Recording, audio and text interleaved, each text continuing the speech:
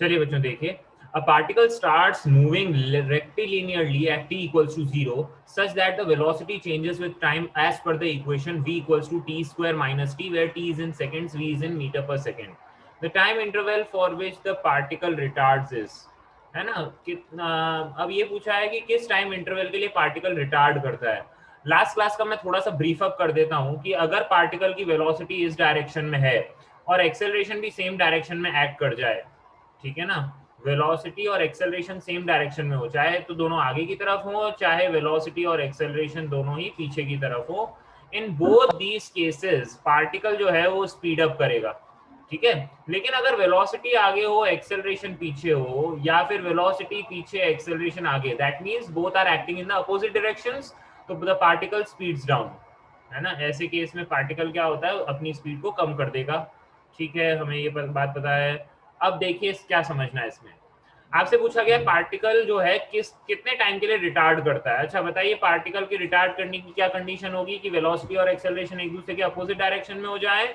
इसका मतलब है कि v dot A should be less than 0। Do you recall this?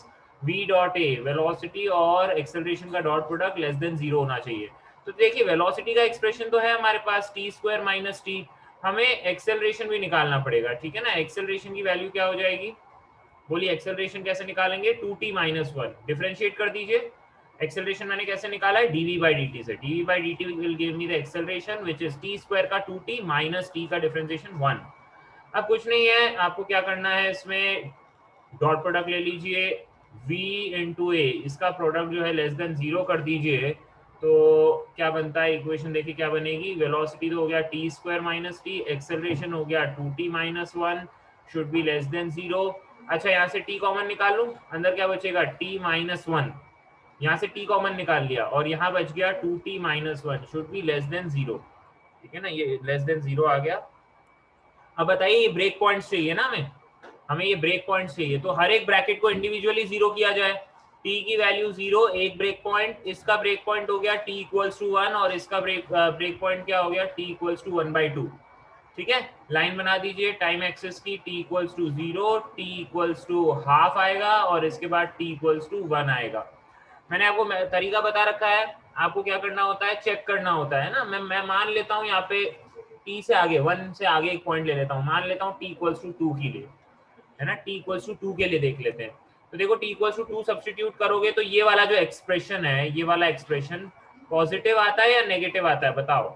2 into 2 minus 1 into 4 minus 1, देखो तीनों चीजें पॉजिटिव आ जाएंगी, 2 तो पॉजिटिव ही है, ये 1 हो जाएगा, ये 3 हो जाएगा, ये 6 आ गया, पॉजिटिव वैल्यू है, मतलब यहाँ पर पॉजिटिव आएगा, यहाँ फिर नेगेटिव आ जाएगा और यहाँ पॉजिटिव आ जाएगा। Okay, you can verify by taking certain points in between these intervals. Okay, तो यहाँ पर ये पॉजिटिव, नेगेटिव और पॉजिटिव, तुम्हें कौन सा वाला चाहिए, साइन देखना पड़ेगा, लेस देन 0, लेस देन 0 मतलब क्या चाहिए, नेगेटिव वाला, नेगेटिव ये वाला है, तो इसका मतलब है कि कौन सा टाइम है जिसके बीच में पार्टिकल रिटार्ड करेगा, हाफ से 1 के बीच में, है ना। तो t between half and 1, t की वैल्यू जब 1 और हाफ के बीच में होगी, तो कौन सा ऑप्शन करेक्ट हो जाएगा बच्चों, b will be the correct answer, ठीक है, b जो है वो करेक्ट आंसर हो जाएगा। सर जी सर कहीं पे ऐसा भी हो सकता है कि हमारे ब्रेक पॉइंट में नेगेटिव वैल्यूज हों तो फिर उनको नहीं लेंगे ना। ब्रेक पॉइंट्स में नेगेटिव सर वैल्यूज, नेगेटिव देखो वैल्यूज। टाइम में नेगेटिव वैल्यू नहीं आएगी, वो एक्सप्रेशन थोड़ा सोच समझ के अच्छा। ही देंगे, है ना, टाइम में नेगेटिव ओके वैल्यू सर। नहीं आएगी वो। तो ठीक है, इसको नोट करो, आगे बढ़ेंगे फिर।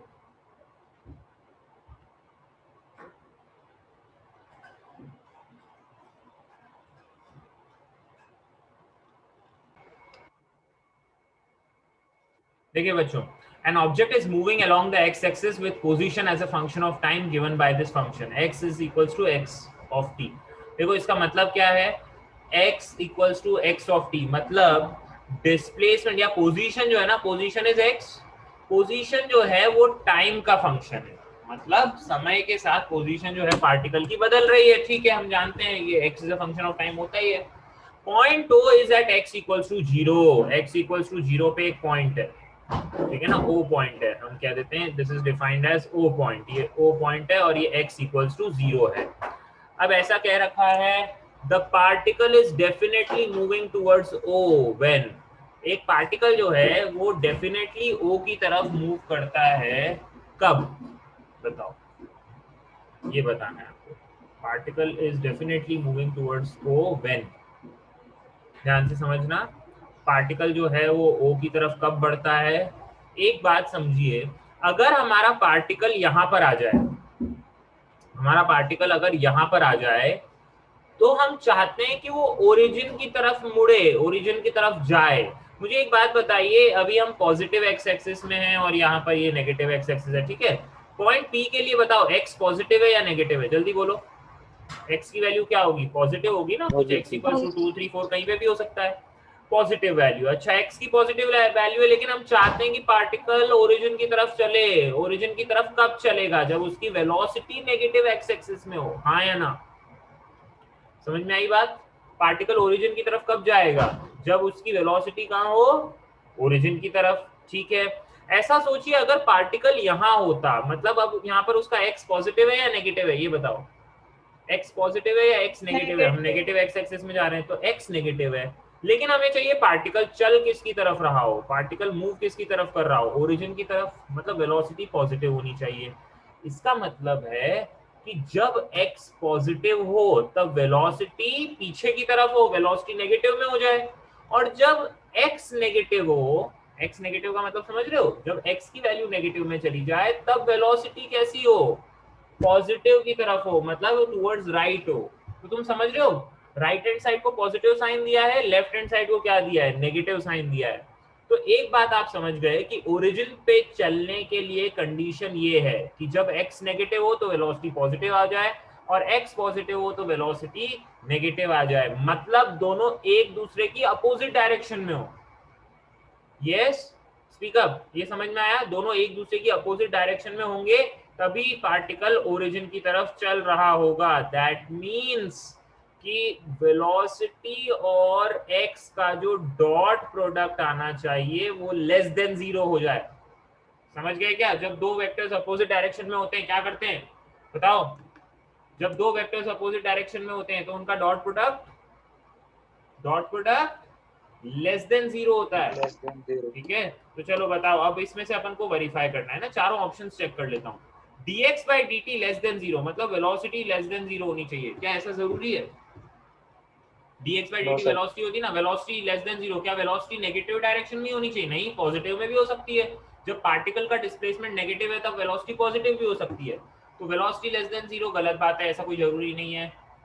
v ग्रेटर देन 0, हमेशा वेलोसिटी पॉजिटिव में ही हो, नहीं, गलत बात है, वेलोसिटी नेगेटिव में भी हो सकती है।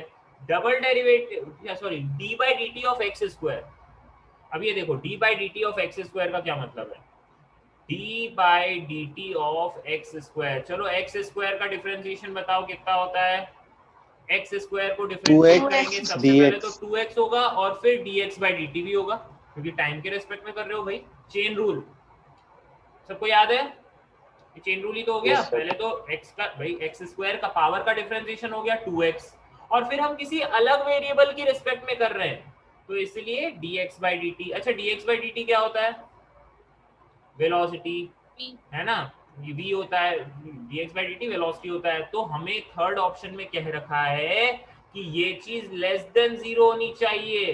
क्या ये चीज less than 0, x into v should be less than 0, क्या ये ऑप्शन सही है, यस। आप देखिए डॉट प्रोडक्ट क्या होना चाहिए, it should be less than 0, ये लेस देन 0 है, हाँ है, मतलब ये वाला ऑप्शन सही है। तो which one is the correct option, third option जो है वो करेक्ट हो जाता है, ठीक है ना। और फोर्थ ऑप्शन ग्रेटर देन 0 होना चाहिए, नहीं, वेलोसिटी और x दोनों सेम डायरेक्शन में होने चाहिए, नहीं, ये गलत बात है, ठीक है ना। तो the correct option is C. बहुत अच्छा मिसलेनियस प्रॉब्लम है, बहुत अच्छा प्रॉब्लम, ठीक है, नोट करो इसे, फिर हम आगे नेक्स्ट टॉपिक पे बढ़ेंगे। कंप्लीट हो जाती है, ठीक है।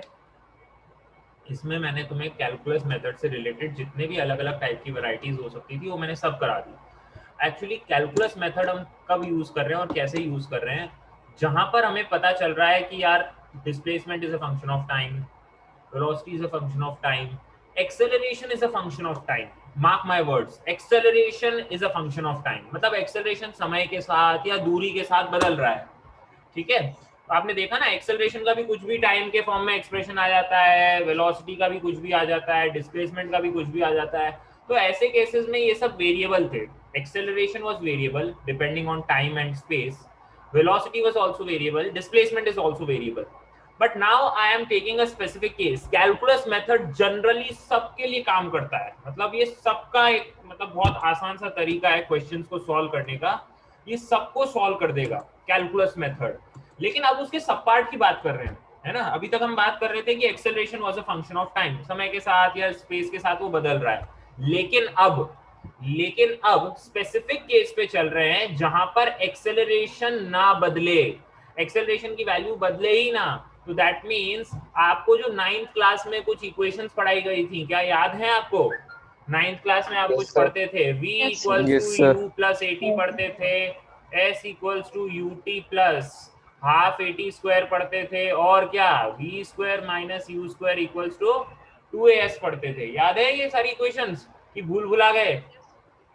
बिल्कुल याद है सर। कंठस्थ होनी चाहिए, मतलब अगर किसी ने 9th 10th याद की है। फिजिक्स पढ़ी है तो ये तो मतलब बिल्कुल रटा हुआ होना चाहिए।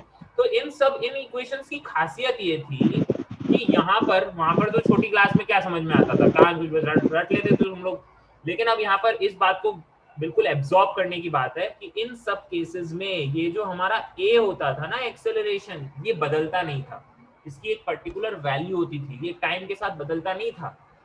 अब हम उसी की बात कर रहे हैं। अब हमने पहले ब्रॉडर टर्म डिस्कस कर लिया है ना, मैंने अब आपको क्रोनोलॉजी बदल दी है। मैंने पहले वैसे एक्सेलरेशन कांस्टेंट वाली चीजें पढ़ानी चाहिए थी, फिर मैं वेरिएबल एक्सेलरेशन पे जाता, मैंने उल्टा किया। मैंने आपको वेरिएबल एक्सेलरेशन समझा दिया कि एक्सेलरेशन चाहे कैसा भी आ जाए तुम क्वेश्चंस को डील कर लो। अब तो सिंपल चीज आ गई ना, अब तो एक्सेलरेशन कांस्टेंट है ना, वेरिएबल नहीं है, तो तुम्हारा काम आसान हो गया। अब इंटीग्रेट करने की जरूरत ही नहीं है बार बार। अब इन इक्वेशंस को अप्लाई किया जा सकता है, ठीक है। तो इसलिए टॉपिक आप डाल लीजिए इक्वेशंस ऑफ, डाल लीजिए हेडिंग डाल लीजिए equations of uniformly accelerated motion. Equations of uniformly accelerated motion. Equations of uniformly accelerated motion. देखिए अब ऐसे केस में जो है एक्सेलरेशन बदलेगा नहीं, एक्सेलरेशन की वैल्यू क्या रहेगी, फिक्स्ड रहेगी, ठीक है। तो लिख लेना इसमें एक्सेलरेशन क्या रहेगा, फिक्स्ड रहेगा, acceleration will be a fixed value, ठीक है। अब हम डिराइव करना चाह रहे हैं बच्चों, ध्यान से सुनो। यहाँ पर एक्सेलरेशन जो है वो बदलेगा नहीं, ठीक है ना, ये मेन हाईलाइट बात है जो आपको बताई गई यहाँ पर, ठीक है। अब यहाँ से अब हम इसको आगे से स्टार्ट करते हैं कि ये इक्वेशंस डिराइव कैसे करते हैं। अब याद रखो 11th में जब आपका स्कूल में जाएंगे आप, स्कूल बोर्ड, फर्स्ट की जो है हमारी equation of uniformly accelerated motion v equals to u plus a t है, ठीक है। इसमें v stands for what and u a t ये सब आपको पता होना चाहिए। t is any general time, a stands for acceleration, u क्या होता है, initial velocity, very good, u stands for initial velocity, v stands for final velocity, final velocity, v stands for final velocity, a stands for acceleration. Acceleration. Fine, सबको पता है, ये सारी बातें पता ही है, ठीक है ना। v equals to u plus Yes, at, ये सब बातें आप जानते हैं। इनिशियल वेलोसिटी u थी पार्टिकल की, कुछ टाइम के लिए उसने एक्सेलरेट किया, तो उसके बाद उसकी फाइनल वेलोसिटी क्या एक्वायर हो गई, ये हमें फाइंड आउट करना है, ठीक है। अब ध्यान से देखिएगा, इसको डिराइव करने के लिए we start with the equation v equal a equals to dv by dt। Acceleration की वैल्यू क्या होती है, dv by dt, first derivative of velocity with respect to time. आप dv बराबर क्या कर दीजिए, a dt कर दीजिए, और दोनों साइड आप इंटीग्रेट कर दीजिए। देखो t इक्वल्स टू 0 पे पार्टिकल की इनिशियल रफ्तार थी u, और किसी भी टाइम t पे जो फाइनल वेलोसिटी क्या हो जाती है, v हो जाती है, ठीक है ना। किसी भी टाइम पे वेलोसिटी कितनी हो जाती है, t हो जाती है। बस इंटीग्रेट कर दो, dv का इंटीग्रेशन क्या हो जाएगा, v, और t का dt का इंटीग्रेशन t रह जाएगा 0 से t तक, है ना, क्योंकि एक्सेलरेशन तो कांस्टेंट है, इसलिए इंटीग्रेशन के बाहर आ जाएगा, तो 0 से t dt। That's it.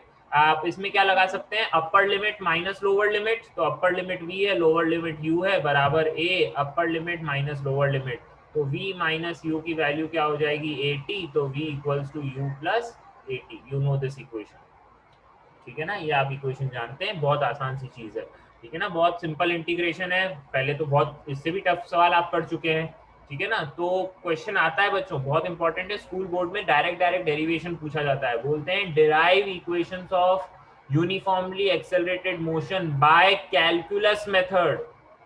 ये जो हम मेथड यूज कर रहे हैं वो कैलकुलस है। आपने ये इक्वेशंस वहां भी डिराइव की थी 9th क्लास में यूजिंग ग्राफिकल मेथड।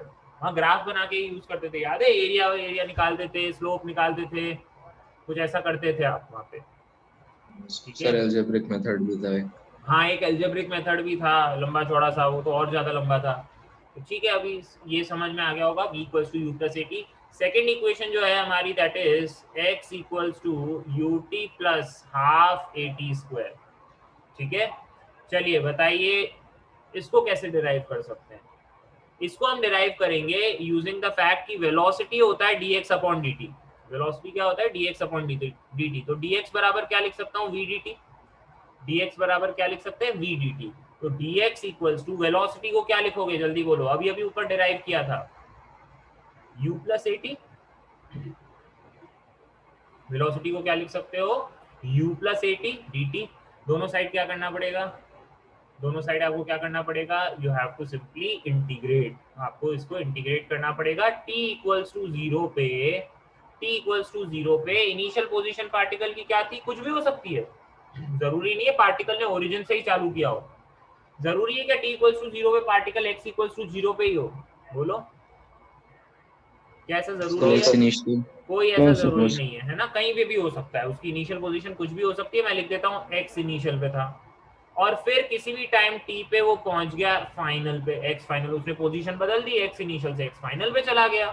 तो dx का इंटीग्रेशन हो जाएगा x कहां से कहां तक, x इनिशियल से x फाइनल तक बराबर, चलो u तो इनिशियल वेलोसिटी है, u का इंटीग्रेशन क्या हो जाएगा, u के साथ टाइम नहीं है तो एक t आ जाएगा। यस, ये चीज समझ में आई क्या, क्या करना है, 0 से t तक u dt का इंटीग्रेशन प्लस 0 से t तक at dt का इंटीग्रेशन, है ना। देखो u जो है वो बाहर आ जाएगा क्योंकि कांस्टेंट है, तो ये बना ut प्लस a भी बाहर आ जाएगा, क्या मिल जाएगा, a into T square by 2। Simple सा अपन इंटीग्रेट कर रहे हैं ना, 0 से t तक इंटीग्रेट करना है। तो देखो अपर लिमिट माइनस लोअर लिमिट करेंगे, तो upper limit minus lower limit करूंगा तो x final minus x initial बराबर यहाँ आ जाएगा ut plus half of 80 square, और माइनस लोअर लिमिट तो 0 है, सब 0 0 रखोगे, खत्म हो जाएगा काम। तो बचा क्या आपके पास, x final minus x initial is what, displacement. यही डिस्प्लेसमेंट है, that is given as ut plus half of 80 square, ut plus half 80 square, this is the displacement, ठीक है। ये डिस्प्लेसमेंट वाली टर्म आ गई, सेकंड इक्वेशन हो गई। थर्ड इक्वेशन बताओ कौन सी होती है, third equation of motion, v square minus u square equals to 2as, है ना, v square minus u square is equals to 2as। इसे यूज करना है ना, इसे डिराइव करते हैं, बताइए कैसे डिराइव करेंगे। हम वापस चले जाते हैं एक्सेलरेशन पे, acceleration is v dv by dt, fine. अगर मैं इसे dx से डिवाइड और dx से मल्टीप्लाई कर दूं, जैसे dv है और यहाँ हो गया dt, मैं क्या कर रहा हूँ, dx से डिवाइड कर दे रहा हूँ और dx से मल्टीप्लाई, क्या कोई फर्क पड़ गया, या फिर ये वही चीज बन गई जो मैं पहले भी तुम्हें पढ़ा चुका हूँ, एक्सेलरेशन बराबर क्या हो जाएगा, dx by dt को क्या लिख सकते हैं, v लिख सकते हैं ना, एक्सेलरेशन बराबर क्या बन जाएगा, dx by dt को v लिख दिया है, very good, v dv by dx, acceleration becomes v dv by dx, खत्म है, इतना तुम्हें आता है। अब क्या करो, सिंपल सा रीअरेंजमेंट कर दो, v dv इधर रहने दो और a dx उधर कर दो, dx को उधर भेज दो, खत्म। अब दोनों साइड क्या करना है, इंटीग्रेशन करना है, ठीक है। मान लीजिए कि जब पार्टिकल x इनिशियल पे था, उसकी इनिशियल वेलोसिटी कितनी थी, u थी। जब पार्टिकल x फाइनल पे पहुंच गया तब उसकी फाइनल वेलोसिटी कितनी हो गई, v हो गई। भाई जितने भी टाइम में उसने डिस्प्लेसमेंट किया 0 से t में, उसके पार्टिकल की रफ्तार u से v हो गई, और डिस्प्लेसमेंट कहां से कहां, मतलब पोजीशन चेंज हो गई x इनिशियल से x फाइनल तक। Fine, now you can easily just evaluate बताओ यहाँ पर क्या कर सकते हो, v का integration v² v square by 2 कहाँ से कहाँ तक, u से v तक बराबर a x final minus x initial, भाई dx का इंटीग्रेशन तो x हो Yes. जाएगा ना, x इनिशियल से x फाइनल तक। यहाँ क्या बनेगा बच्चों, अपर limit minus lower limit v² minus u² बराबर a into x final minus x initial हो जाएगा। What is x final minus x initial, displacement, उसे ही x कहेंगे हम। तो देखो यहाँ से आ जाएगा v² माइनस u², 2 को इधर भेज दे रहा हूँ, बराबर 2ax, यही तो होता है v² minus u² equals to 2ax। This is the third equation of motion, got it. तो ये तीनों equations of motion calculus method से डिराइव होती हैं, तीनों इक्वेशंस यूज होंगी। पहली तो a बराबर dv बाई dt, दूसरी v बराबर dx बाई dt, और थर्ड एक्सेलरेशन बराबर v dv बाई dx। तीनों को यूज करके तीन इक्वेशंस ऑफ मोशन डिराइव हो जाएगी। एक्चुअली एक बात मैं तुम्हें इसमें और ऐड अप करना चाहूंगा कि ये सब जो मैंने ऊपर लिखा है ना, ये सब स्केलर टर्म में लिखा है। एक्चुअली ये इक्वेशंस वेक्टर टर्म्स में है। अब ये वेक्टर टर्म में किस तरीके से, देखो ये ऐसे है, v बराबर u प्लस at, मतलब अगर कभी ये सब वेक्टर में गिवन हो ना, तो भी आप इक्वेशंस ऑफ मोशन अप्लाई कर सकते हो, provided acceleration should be constant. Acceleration should be constant मतलब यहाँ पर कुछ i कैप आ जाए, यहाँ कुछ j कैप आ जाए एक्सेलरेशन में, और यहाँ कुछ k कैप आ जाए। ये तीनों फैक्टर यहाँ पर क्या होने चाहिए, क्या होने चाहिए, ये कांस्टेंट टर्म्स होनी चाहिए, ठीक है ना, तब आप आराम से लगा सकते हो। लेकिन यहाँ अगर टाइम के साथ या दूरी के साथ एक्सेलरेशन चेंज हो जाए तो आप ये काम नहीं कर पाओगे। बिल्कुल दिमाग में बिठा लो, एक्सेलरेशन कांस्टेंट हो तभी इन इक्वेशंस का मतलब है, नहीं तो हर कहीं नहीं लगानी है इन्हें, ठीक है। सेकंड है, पहली तो v equals to u plus at हो गया। सेकंड क्या है, yes these are valid for 2D motion and 3D motion as well, yes these equations are valid for 2D 3D also, but provided acceleration has to remain constant, acceleration should be constant। okay, v equals to u plus at हो गया। Second क्या हो जाएगा, x equals to ut plus half of at square, है ना, ut plus half of at square। Third बोलो, v² minus u²। तो v square कैसे लिखूंगा, वेक्टर का स्क्वायर कर दूंगा क्या ऊपर, नहीं सर, v.v। Very good. जैसे v स्क्वायर है तो उसको क्या लिखना पड़ेगा, v डॉट v बराबर u dot u plus 2a dot x, है ना, ये बनेगा v square equal to u square plus 2as, है ना। तो ये v डॉट v बनेगा। जैसे v डॉट v का मतलब क्या हो गया, एक्चुअली स्पीकिंग बताओ, वेक्टर फॉर्म में मैंने डॉट प्रोडक्ट कर दिया उसे। v डॉट v क्या होगा, v का मैग्नीट्यूड इनटू v का मैग्नीट्यूड cos 0। देखो v और v तो सेम डायरेक्शन में होंगे ना, cos 0 कितना होता है 1, तो ये v स्क्वायर बन जाएगा, है ना। इसलिए वेक्टर फॉर्म में आप इन्हें ऐसे लिख सकते हैं, वेक्टर फॉर्म में इस तरीके से लिखा जा सकता है, कोई टेंशन वाली बात नहीं है। वेक्टर फॉर्म सर एक्सेलरेशन और डिस्प्लेसमेंट में भी थीटा 0 होगा? नहीं, ऐसा कोई जरूरी नहीं है, कोई जरूरी नहीं है, दोनों में एंगल 0। एक्सेलरेशन और x दोनों अलग अलग डायरेक्शन में हो सकते हैं, है ना। पार्टिकल रिटार्ड भी कर सकता है, कोई जरूरी नहीं है बच्चों, और 3D में तो कुछ भी हो सकता है यहाँ पे, ठीक है। चलिए पहले ये नोट कर लीजिए, फिर अपन आगे बढ़ेंगे। यहाँ से equations of uniformly accelerated motion के डेरिवेशन बाय कैलकुलस मेथड। बच्चों distance travelled in nth second,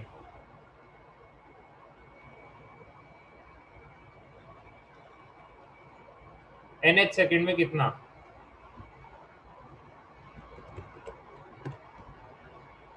distance travelled in nth second. देखिए बच्चों यहाँ पर एक इंपॉर्टेंट ये चीज आती है, मान लो t इक्वल्स टू 0 पे पार्टिकल चालू करता है, चलना है ना, t इक्वल्स टू 0, मैं टाइम स्केल बना रहा हूँ, t equals to 1, t equals to 2, t equals to 3, t equals to 4 and so on, ठीक है। होता क्या है कि पार्टिकल अब अलग अलग टाइम, जैसे मैंने यहाँ पर टाइम इंटरवल्स बना दिए हैं, ठीक है, तो पार्टिकल चलना शुरू करता है। चलना शुरू करेगा तो 1 सेकंड में कुछ दूरी ट्रैवल की, फिर अगले 1 सेकंड में कुछ दूरी ट्रैवल की, फिर t इक्वल्स टू 3 में कुछ ट्रैवल किया, एंड सो ऑन। मैं अगर आपसे पूछ लेता हूं कि व्हाट इज द दूरी ट्रेवल्ड इन थर्ड सेकेंड, तो थर्ड सेकेंड का मतलब क्या हुआ, ये कोई समझा सकता है? थर्ड सेकेंड का मतलब क्या है? कि तीसरा सेकेंड शुरू Intent. हुआ और फोर्थ के चालू होने तक, मतलब तुम समझ लो t equals to third second का मतलब क्या हुआ कि पहला सेकेंड तो हो गया, ये पहला सेकेंड, ये हो गया दूसरा सेकेंड, और ये हो गया तीसरा सेकेंड। तो तीसरा सेकेंड कहां से कहां तक रेंज करेगा? 2 सेकेंड खत्म हुआ और 3 सेकेंड की शुरुआत तक। ये चीज समझ में आई क्या? अगर मैं कहूं कि पहला सेकंड मतलब t इक्वल्स टू 0 से t इक्वल्स टू 1 के बीच का, वो होता है पहला सेकंड। दूसरा सेकंड हुआ t इक्वल्स टू 1 से t इक्वल्स टू 2 के बीच का। तीसरा सेकंड हुआ t इक्वल्स टू 2 से t इक्वल्स टू 3 तक का। इतना समझ में आया क्या? बोलो। तो हमारा थर्ड सेकंड कौन सा है? ये वाला थर्ड सेकंड है कि तीसरा सेकंड बंद हो गया सेकंड के शुरू होने से तीसरे t इक्वल्स टू 3 तक जाना है। तो थर्ड सेकंड में कितनी दूरी ट्रैवल की है, इसका मैग्नीट्यूड कैलकुलेट करना है।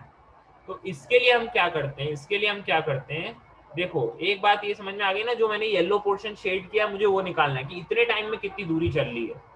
तो सिंपल सी बात है कि अगर मुझे निकालना है कि थर्ड सेकंड में, अब सुन लीजिए, थर्ड सेकंड में कितनी दूरी ट्रैवल की है, तो मैं क्या लिखूंगा? मैं लिखूंगा कि मैं पहले निकाल लेता हूं कि मैंने 3 तक की टोटल डिस्टेंस कितनी ट्रेवल की है, S3, और उसमें से मैं माइनस कर दूंगा कि मैंने t इक्वल्स टू 2 तक कितनी दूरी ट्रेवल की, विच इज S2।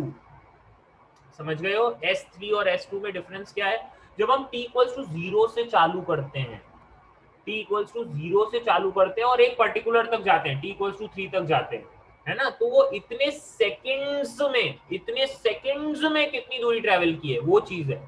और थर्ड सेकंड का मतलब क्या हुआ कि 2 से 3 तक में। डिफरेंस समझ में आया? अगर मैं आपसे पूछ लूं कि what is the distance travelled in 3 seconds and third second, तो दोनों में अंतर है कि नहीं है?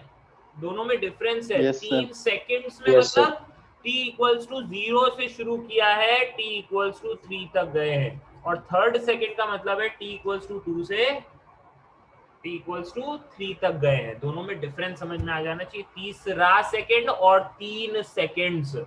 इसी तरीके से चौथा सेकंड में कहूं तो इसका मतलब क्या है? t इक्वल्स टू 3 से t इक्वल्स टू 4 तक कितनी दूरी ट्रेवल की है वो, और 4 सेकंड्स बोलूं तो t इक्वल्स टू 0 से t इक्वल्स टू 4 तक कितनी दूरी ट्रेवल हुई है, वो चीज। ठीक है ना? तो जब भी आपसे ऐसे निकालने के लिए कहा जाए कि बताओ भाई x3 कितना है, थर्ड सेकंड में कितनी दूरी ट्रेवल की है, तो आप कहेंगे कि s3 में से s2 माइनस कर दिया जाए। देखो s3 में से अगर s2 माइनस करूंगा तो ये येलो वाली दूरी मिल जाएगी ना, येलो वाला शेडेड पोर्शन मिल जाएगा। अच्छा कोई पूछ ले x इक्वल्स टू 4 में कितना ट्रेवल किया है फोर्थ सेकंड में, तो आप कह दोगे कि s4 में से क्या माइनस कर दिया जाए, s3। यस, s4 में से s3 माइनस कर दो कि टोटल दूरी जो 4 सेकंड्स तक चली वो माइनस टोटल दूरी जो 3 सेकंड्स तक चली वो। Everyone getting it? Yes sir. Good.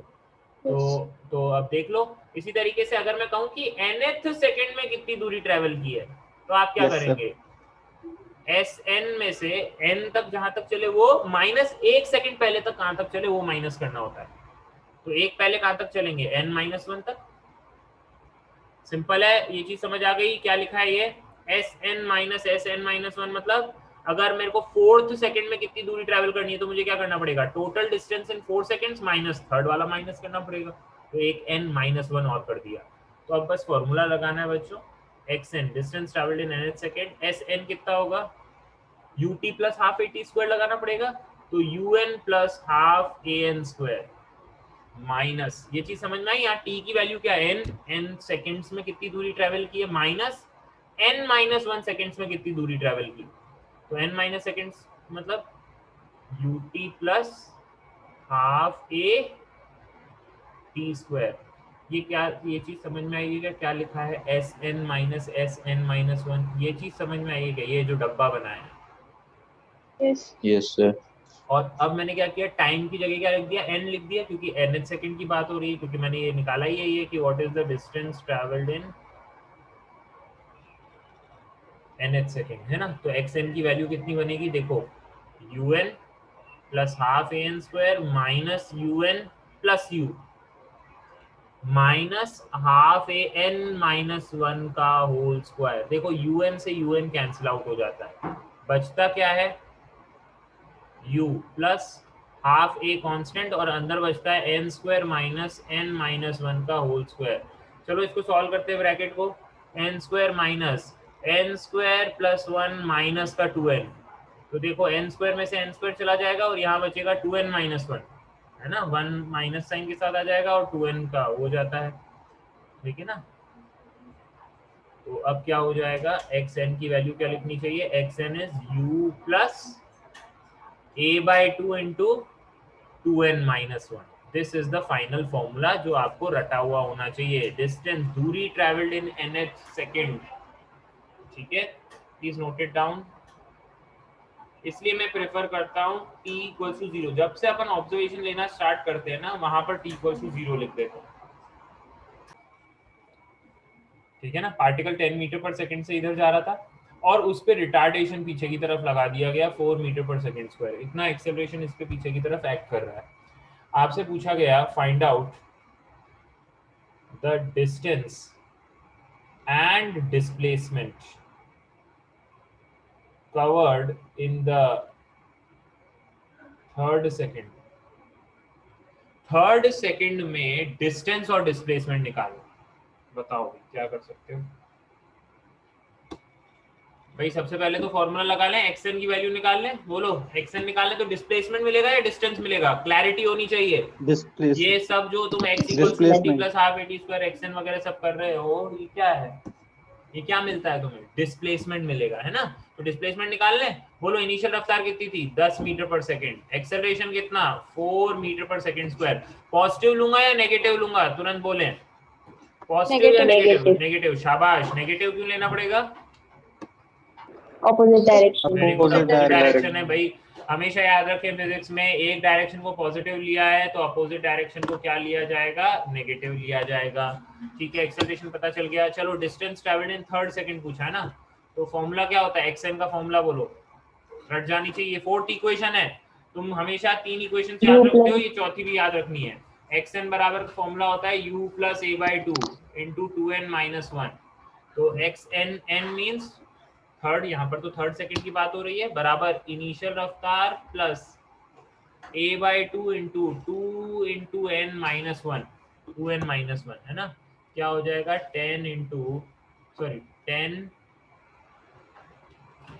Minus, ये तो हो गया 2 इंटू 5, 0 हो गया यार, 0 हो गया सबका, यही आया। देखो कोई कैलकुलेशन गड़बड़ तो नहीं है, कैलकुलेशन गड़बड़ है क्या, यही है। अच्छा यही है सर, 0 ही है, 0 आया, 0 कुछ नहीं कवर किया, डिस्प्लेसमेंट 0 हो गया। तीसरे सेकंड में मोड़ गया सर पार्टिकल, मतलब t इक्वल्स टू 2 से t इक्वल्स टू 3 के बीच में क्या वो चला ही नहीं, चल तो पार्टिकल मुड़ गया बीच में। Very good, very good. Displacement 0 हो गया। तो मैं आपको यहाँ पर एक बात समझाना चाहता हूँ, बिल्कुल ध्यान से समझना, और ये मुझे दिमाग में कैसे आया ये समझो भाई। x3 का मतलब क्या है कि t इक्वल्स टू 2 से t इक्वल्स टू 3 तक के बीच में, कहने का मतलब ये कि कुछ डिस्प्लेसमेंट हुआ ही नहीं। यूं थोड़ी है कि पार्टिकल रुक गया है, रुका हुआ है, हमेशा ही रुका हुआ रहेगा क्या, नहीं, इतने 1 सेकंड तक रुका हुआ थोड़ी रहेगा। तो इसका मतलब है कि कुछ बीच में खेल है, और खेल ये है कि डिस्प्लेसमेंट 0 तभी होगा जब वो t इक्वल्स टू 2 से थोड़ी देर आगे जाए और फिर पीछे लौट के वापस यहाँ आ जाए। मतलब t इक्वल्स टू 2 पे यहाँ था, फिर वो लौट के वापस आ गया t इक्वल्स टू 3 पे, इसी जगह पे आ गया। मतलब वो लौट के आने वाली बात हुई है यहाँ पे भाई। बात तो दिमाग में समझ में आ गई कि लौट के आया तभी डिस्प्लेसमेंट 0 हो गया है। तो मैं एक बात समझता हूँ कि लौट के आया है तो यहाँ कहीं पर उसकी रफ्तार 0 हुई होगी, किसी टाइम पे उसकी रफ्तार 0 हुई होगी। मैं ये कैलकुलेट कर रहा हूँ भाई। घूम के आने के लिए, रिवर्स करने के लिए एक बार रुकना पड़ेगा, आगे जाते जाते रुकना पड़ेगा, रुक के लौट के आना पड़ेगा। तो इसका मतलब है कि मैं फाइनल वेलोसिटी एक बार 0 करता हूँ, मैं देखूं तो सही रफ्तार 0 हो कब रही है, कब ये वापस मुड़ रहा है। v बराबर क्या होता है, u प्लस at।